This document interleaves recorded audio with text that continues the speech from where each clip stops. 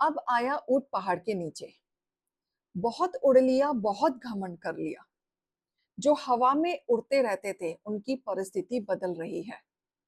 उन्हें लगता था कि कोई भी इंसान ताकत का यूज करके, पावर का यूज करके कोई उनका कुछ नहीं बिगाड़ सकता।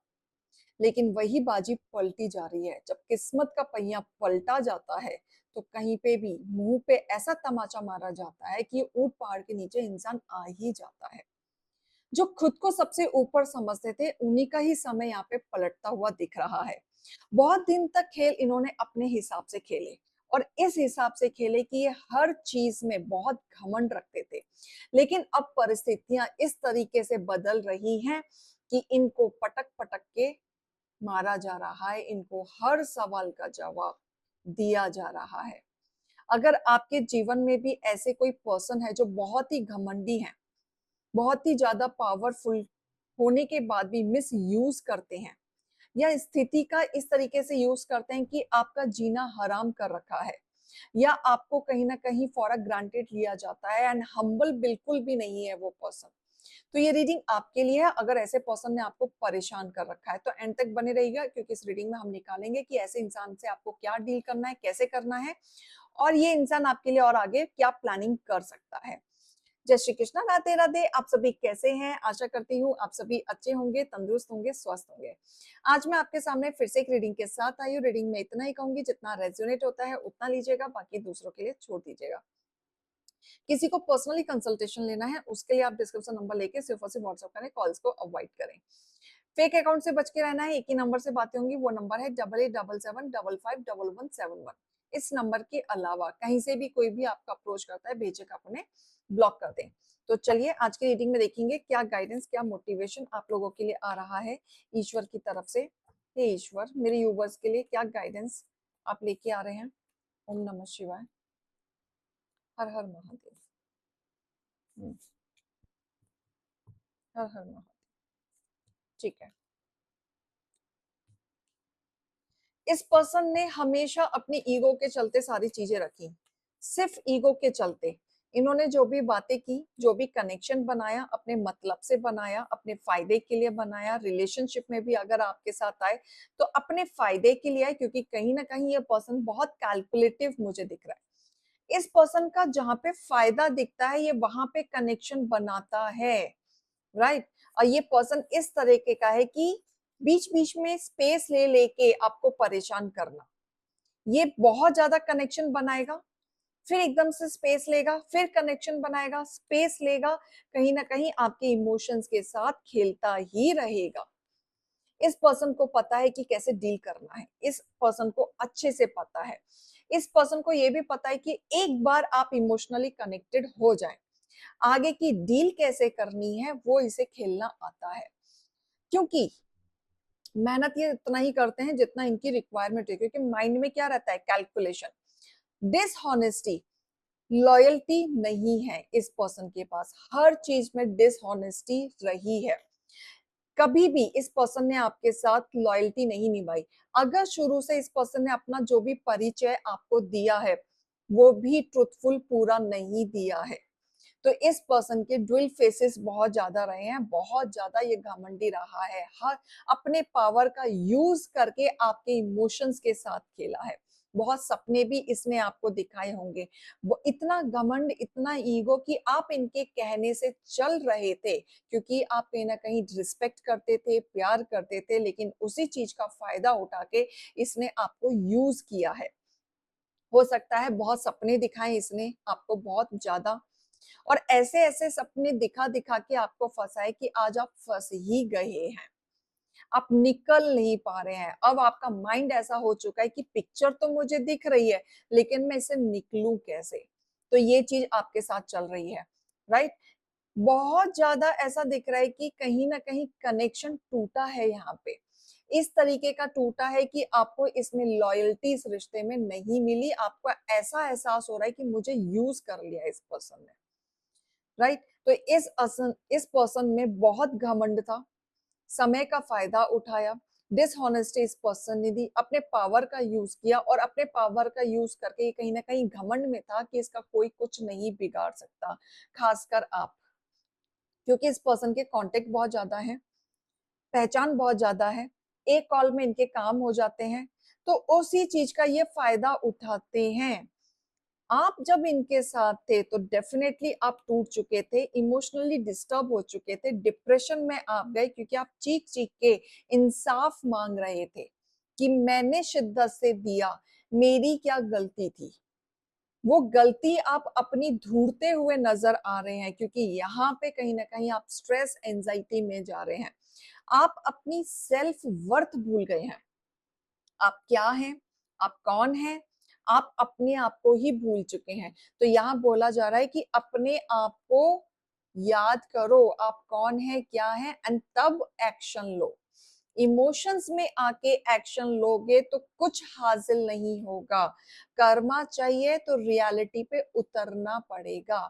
सच आपके सामने है, अब आगे एग्जीक्यूट कैसे करना है वो आपके हाथ में है। अपने आप को मत भूलो, अपने वर्थ को मत भूलो, क्योंकि कई बार हमारे जीवन में ऐसे लोग हमारे इमोशंस के साथ खेल के चले जाते हैं, जहां पे हम दिल से जुड़े होते हैं।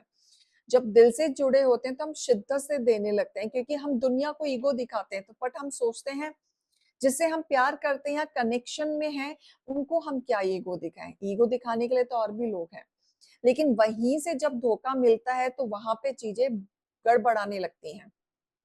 राइट, तो यही चीज आपके साथ हुआ है। आपने चीजों को ना संभालने की कोशिश की, इतनी संभालने की कोशिश की कि आप 1-to-1 चैलेंज फेस कर रहे थे, और इस तरीके से फेस कर रहे थे कि आप हमेशा ना रिश्ते को भी बचाने की कोशिश कर रहे थे, अपने आप को भी प्रोटेक्ट करने की कोशिश कर रहे थे, लेकिन चीजें उस हिसाब से वर्कआउट नहीं हो पाई, क्योंकि आप बैलेंस करना चाहते हैं। अब आप इस कचड़े से निकलना चाहते हैं, बिल्कुल निकलना चाहते हैं। सबसे पहली चीज, ऐसे लोगों को भाव देना बंद कर दो। जो लोग आपको डिसरिस्पेक्ट कर रहे हैं, आपकी वैल्यू नहीं कर रहे हैं, आपकी इंपॉर्टेंस को नहीं समझ रहे हैं, ऐसे लोगों से आप दूरियां बना लो। अगर आप ऐसे पर्सन को डील कर रहे हैं तो इनके साथ रह के आपको सिर्फ और सिर्फ डिसअपॉइंट ही मिलेगा, आप अकेलेपन में जाएंगे। बेटर है अकेलेपन में जाके अपनी एनर्जी को रिसर्च करें, अपनी वैल्यू को समझें, तब एक्शन ले, क्योंकि ये पर्सन आपके लिए नार्सिसिस्ट से कम नहीं है, और यहाँ पे उस पर्सन के साथ रहना या झेलना आपके बस की बात नहीं है, क्योंकि आप इमोशनली उतने ही ड्रेन आउट हो रहे हैं।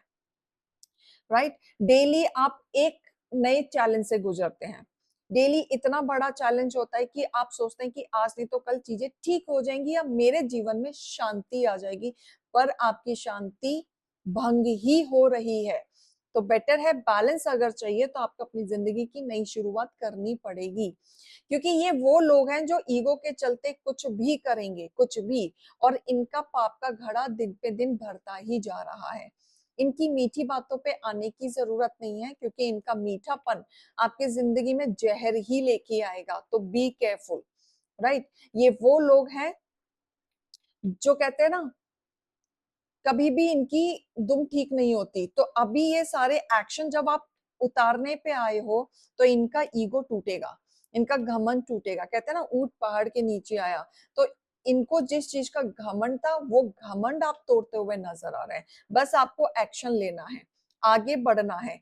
आपको प्लानिंग सब कुछ है, समझ सब कुछ है, लेकिन आगे जो आप एक्शन लेंगे, आप अपनी जिंदगी की नई शुरुआत कर रहे हैं, क्योंकि जजमेंट किया जा रहा है, कर्मा यहाँ पे आ रहा है।